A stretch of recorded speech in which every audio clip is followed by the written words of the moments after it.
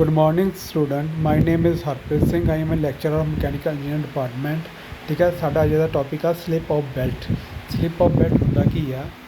ਠੀਕ ਆ, ਆਪਾਂ ਪਹਿਲਾਂ ਪੜ੍ਹਿਆ ਸੀ ਵੈਲੋਸਿਟੀ, ਹੁਣ ਆਪਾਂ ਸਲਿਪ ਆਫ ਬੈਲਟ ਪੜਾਂਗੇ। ਠੀਕ ਕੀ ਹੁੰਦਾ ਆ? We have discuss the motion of belt and shaft assuming a same frictional grip between the belt and the shaft। ठीक है, एक फ्रिक्शनल ग्रिप ਹੁੰਦਾ ਆ ਸ਼ਾਫਟ ਤੇ ਬੈਲਟ ਦੇ ਵਿਚਕਾਰ। ठीक है, but sometimes the friction grip between the insufficient, जो फ्रिक्शन ग्रिप होंगे वो इनसफिशेंट होंगे, कई बार नहीं होंगे। ठीक है, वो this may cause some forward motion of the driver without carrying the belt with it. ठीक है, कई बार की होंगे जो फॉरवर्ड मोशन होंगे ड्राइवर का, ड्राइवर जानी कि ड्राइवर ने घुमाना, ड्राइवर जानी कि पुली हो गई, उन्हें ड्राइवर ने घुमाना। ठीक है, थोड़ी एक बेल्ट आ वो ड्राइवर के उपर लगी हुई है। ठीक है, उन्हें जोड़ा कि ड्राइवर ने घुमाना, इत्थे की कह रहा है, this may cause some forward motion of the driver. ठीक है, जोड़ा ड्राइवर का फॉरवर्ड मोशन हो रहा है विदाउट कैरिंग द बेल्ट, कि वो बैरी जोड़ा कि बेल्ट में नहीं घुमा रहा नाल। ठीक है, this may also cause some forward motion of belt without carrying the driver belt. ठीक है, यदा की है, this may also cause some forward motion, यानी कि फॉरवर्ड मोशन हो रहा है belt of belt without carrying the driver pulley. ठीक है, यानी कि जी ड्राइवर पुली तो वो उपरों बेल्ट उतर गई। ठीक है, बेल्ट का मोशन हो रहा है पर ड्राइवर पुली का नहीं हो रहा। ठीक है, this is called slip of the belt and is generally expressed as a percentage. ठीक है, स्लिप ऑफ बेल्ट की होंगी आ, एक ना ग्रिप होंगे थोड़ा फ्रिक्शनल ग्रिप होंगे बनया एक बेल्ट तो पुली के विच। ठीक है, जो फ्रिक्शनल बेल्ट नहीं रहा इनसफिशेंट हो जाता है। ठीक है, उस समय स्लिप हो जाती है, जिदा एक पुली आ वो उपर। ठीक है, बेल्ट लगी हुई है। ठीक है, बेल्ट वो जानी कि घुमा रही है। ठीक है, पर जी बेल्ट कई बार स्लिप हो जाती है, उतर जाती है उपरों। ठीक है, उतर जाती है, साइड पर हो जाती है, जो ड्राइवर है घूमता रहता है। ठीक है, पर जी पावर है वो ट्रांसफर नहीं होती, उन्होंने आप कहते हैं स्लिप ऑफ बेल्ट।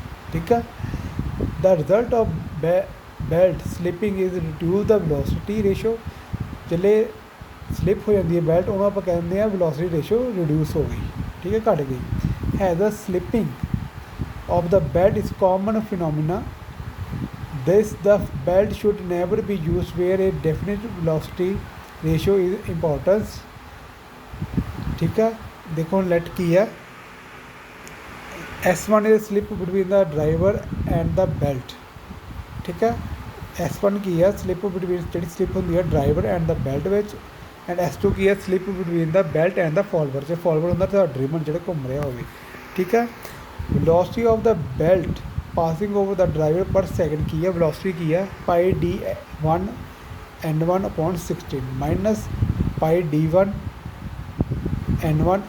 D1 सानू पहले भी दस्सिया सी, D1 की चीज़ सी, D1 सी डायमीटर ऑफ ड्राइवर का। ठीक है, N1 वो RPM। ठीक है, upon 60 into S1 upon 100 over 100। ठीक है, स्लिप इक्वल टू की बन गया, वेलोसिटी की बन गई पाई D1 N1 अपॉन 16 ब्रैकेट शुरू 1 माइनस S1 अपॉन 100।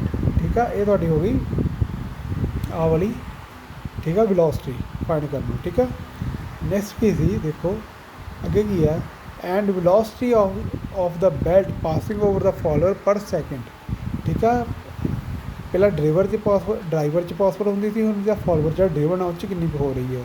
ठीक है, उस हो रही है थोड़ी pi D2 N2 upon 16 equal to V minus V into S2 upon 100 equal to V1 minus S2 upon 100। ठीक है, जिदा थोड़ी सी जी ड्राइवर जी सी वो आ वाली सी। ठीक है, ड्राइवर च जी है थोड़ी आ वाली। ठीक है, ये थोड़े फार्मूले substituting the value of V from equation 1। ठीक है, pi D2 N2 upon 60 equal to pi D1 N1 upon 60।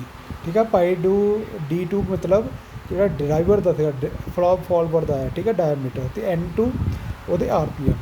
ठीक है, इक्वल टू D1 N1 की सी ड्राइवर के RPM तो डायमीटर ड्राइवर का। ठीक है, अगे स्लिप 1 ਤੇ स्लिप 2 ठीक है।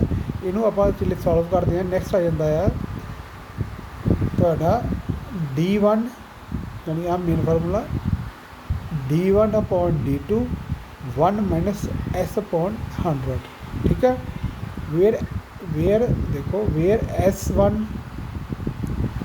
Where S equal to S1 plus S2 is the total percent of slipping ठीक है। जी S equal to S1 plus S2 आ जानी कि ड्राइवर की तो ड्रिवन की उन्होंने कहते हैं टोटल परसेंटेज ऑफ स्लिप ठीक है।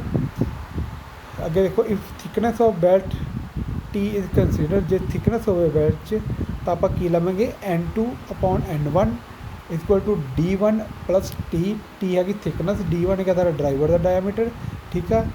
D2 है ड्रिवन का डायमीटर प्लस T थिकनेस है ठीक है। 1 माइनस S हैगी साडी स्लिप अपॉन 100 ठीक है। आ थोड़ा फॉर्मूला जो आप फाइंड करना हो जे तुम N यानी RPM फाइंड करने क्या है N-1 क्या है ठीक है। N1 क्या है RPM ड्राइवर की क्या है वो फाइंड करना है ठीक है। स्लिप फाइंड करनी है उस पास आ फार्मूला आप यूज़ करते हैं ठीक है।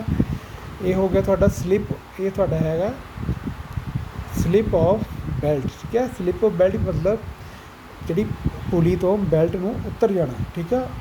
ਜਾਂ ਉਹਨੇ ਜਿਹਦੇ ਤੇ ਰੋਟੇਟ ਕਰ ਰਹੀ ਆ ਉਹਨੇ ਬੈਲਟ ਨੂੰ ਨਹੀਂ ਘੁਮਾਉਣਾ ਠੀਕ ਹੈ।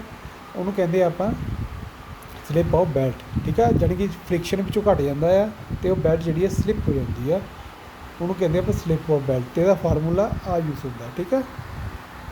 ਇਹ ਤੁਹਾਡਾ ਠੀਕ ਹੈ ਇਹ ਹੈਗਾ ਸਲਿਪ ਆਫ ਬੈਲਟ। ਜੇ ਕਿਸੇ ਨੂੰ ਕੋਈ ਡਾਊਟ ਹੋਵੇ ਤਾਂ ਪੁੱਛ ਲੈਣਾ ਠੀਕ ਹੈ।